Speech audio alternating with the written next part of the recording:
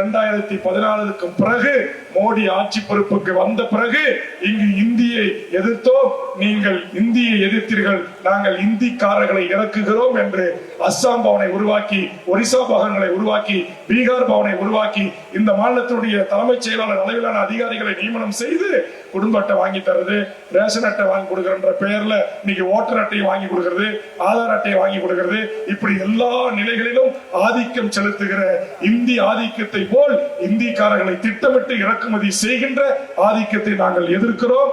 நிறைய விஷயங்கள் பேசணும். நம்முடைய பொருளாதாரம், நம்முடைய வணிகம், நம்முடைய விவசாயம், களப்பறிக்கிறதுல இருந்து நெல் இறக்கிறது வரைக்கும் கொண்டு வந்து இறக்கி எங்கள் முற்றுமுதலுமான வாழ்வுரிமையை நீங்கள் பறித்தா, நாளைக்கு நீங்க எல்லாம் டாஸ்மார்க் திறந்து வச்சிருக்கீங்க, அதுல இருக்கிறான் கொஞ்சம் அப்படி இப்படி இருக்கிறான், சினிமாக்காரன் பின்னாடி போறான், மன்றம் வைக்கிறான், ரசிகர் மன்றம் வைக்கிறான், பாலாபிஷேகம் வைக்கிறான்.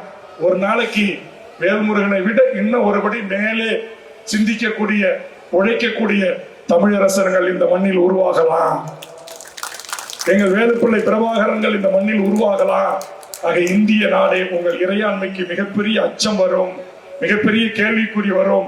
அதனால் நானும் ஒரு இந்தியனாக சொல்லுகிறேன், அது வேண்டாம். அந்தந்த மாநில மக்களுக்கு அந்தந்த மொழிவழி தேசிய இனங்களின் வாழ்வுரிமையை பாதுகாக்க வேண்டியதுதான் ஒரு இந்திய அரசின் தலைமை அமைச்சர், உள்துறை அமைச்சரின் கடமை.